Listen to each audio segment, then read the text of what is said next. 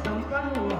राजकुमार वासुदेव एवं पुत्री देवकी आज से पति पत्नी है। आप दोनों अपने माता पिता का आशीर्वाद लें।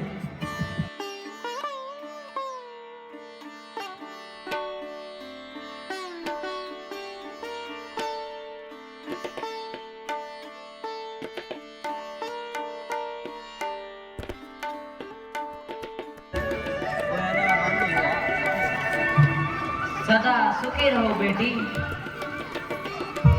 बेटी देवकी, मेरी ये बात सदा याद रखना, क्योंकि आज से तेरा ससुराल ही तेरा घर है और तेरे सास ससुरी तेरे माता पिता हैं। जितनी जल्दी हो सके अपने मायकों के भूल जाना। अपने मन वचन और घर कर्म से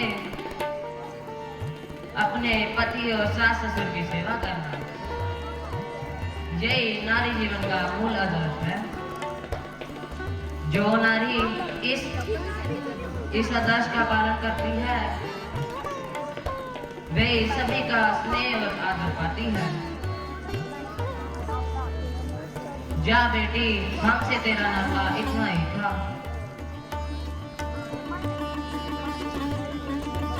माँ, मैंने कभी भूल के भी आपका और दिखाया हो तो मुझे क्षमा कर देना। माँ, मुझे क्षमा कर देना। कुमार वासुदेव, आज तक देवकी हमारी पुत्री थी, आज से आपकी हुई। मुझे पूर्ण विश्वास है कि देवकी अपनी सेवा और स्नेह से अपना और तुम्हारा मन जीत लेगी। पुत्री देवकी, याद रखना, हमारे कुल की मान मर्यादा अब तुम्हारे कंधों पर है। सदा ही इसकी रक्षा करना। जाओ बेटी, मेरा आशीर्वाद है कि तुम्हारा वैवाहिक जीवन मंगलमय हो।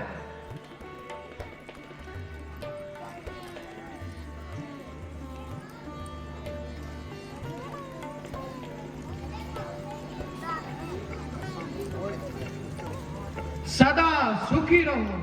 कुमार वासुदेव, देवकी हमारी सबसे प्यारी बहन है।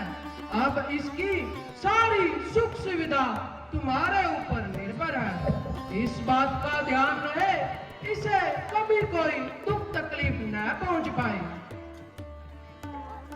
आप निश्चिंत रहिए महाराज कर्ण, मैं वचन देता हूँ कि मेरे कारण देवकी को कभी कोई कष्ट नहीं होगा। अच्छा, तो ठीक है। चलो देवकी, आज मैं स्वयं तुम्हारे रथ का सारथी बनूंगा और तुम्हें तुम्हारे घर तक विदा करके आऊंगा।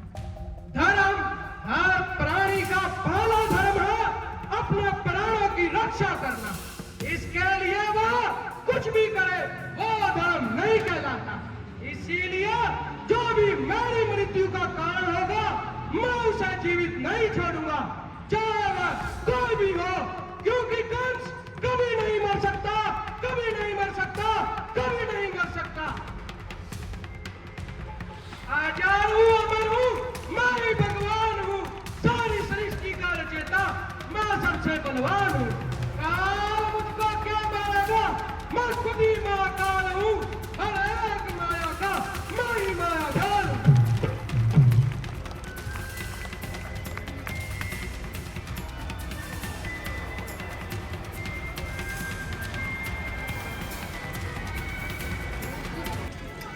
जन्म है इस तरह पर, उसका मरण हो ही जाना है, और उस जीवन को एक दिन मिट्टी में मिल ही जाना है। मरते होंगे नर नारी कुंजर और पशु, यह मान उनके लिए मैंने ही बनाया है। ना मरेगा कंस कभी, मृत्यु पर वश मैंने पाया है। आजाद हूँ, अमर हूँ, मैं ही सर्वशक्तिमान हूँ। संसार में जो भी जन्म लेता है उसे एक ना एक दिन मरना ही होता है। बस यही सृष्टि का एक अटल नियम है। नियम नियम केवल दुर्बल व्यक्तियों के लिए होते हैं महाराज।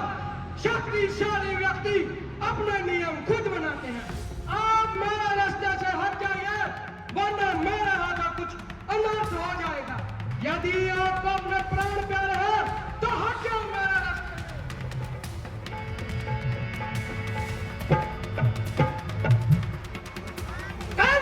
तुम्हारा इतना दुस्साहस, तुम अपना विवेक खोकर पशु बन सकते हो, पशु। और जब तक हम यहाँ के राजा हैं, अपनी प्रजा धर्म की रक्षा करना अच्छी तरह से जानते हैं। सैनिकों, इस द्रोही को बंदी बना लो। सुना नहीं तुमने?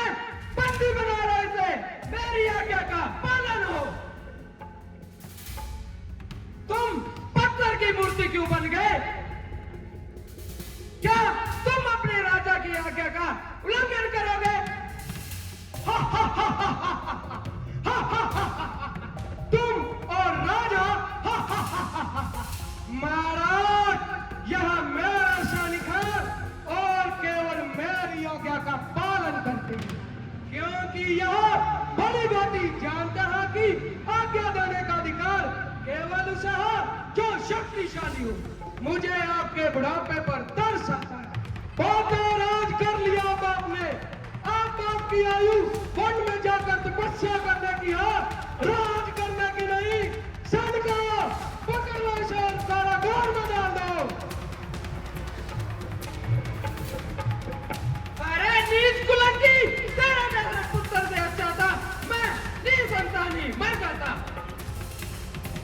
तुझे तेरा पापों का दंड अवश्य मिलेगा, अवश्य। सैनिकों, ऐसे जी पाएगा ना ऐसे मर पाएगा। सैनिकों, ले जाओ इसे कारागार में डाल दो।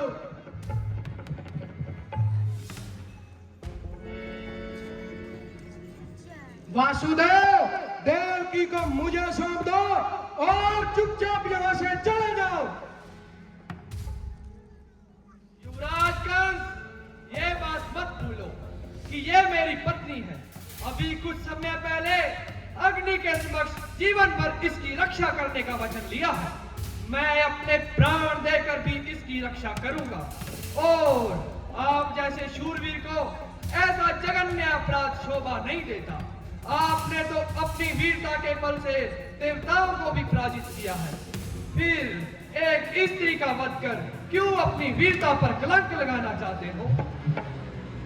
मुझे लाख निंदा का कोई भय नहीं। कंस किसी से नहीं डरता, किसी से भी नहीं डरता। फिर देवकी से भयभीत क्यों? परंतु इसकी संतान, क्या तुमने आकाशवाणी नहीं सुनी? सुनी है, इसीलिए तो कह रहा हूँ। आकाशवाणी के अनुसार आपको देवकी से कोई भय नहीं है। और रही बात 8वीं संतान की, मैं वचन देता हूँ 8वीं संतान तो क्या, पर प्रत्येक संतान को जन्म देते ही मैं आपको सौंप दूंगा। बस आप देवकी को छोड़ दीजिए महाराज, देवकी को छोड़ दीजिए। तो ठीक है, लेकिन तब तक तुम्हें मेरा बंदी बनकर रहना होगा। सैनिकों, पकड़ लो इन्हें और कारागार में डाल दो। देखता हूं मैं कैसे बचता है मेरे जाल से। पकड़ लाऊंगा खींचकर आकाश और पताल से। काल किसका मैं खुद काल का अवकाश हूँ। शत्रुओं का वंशहारी, दवंशहारी, कंसु मैं कंसु।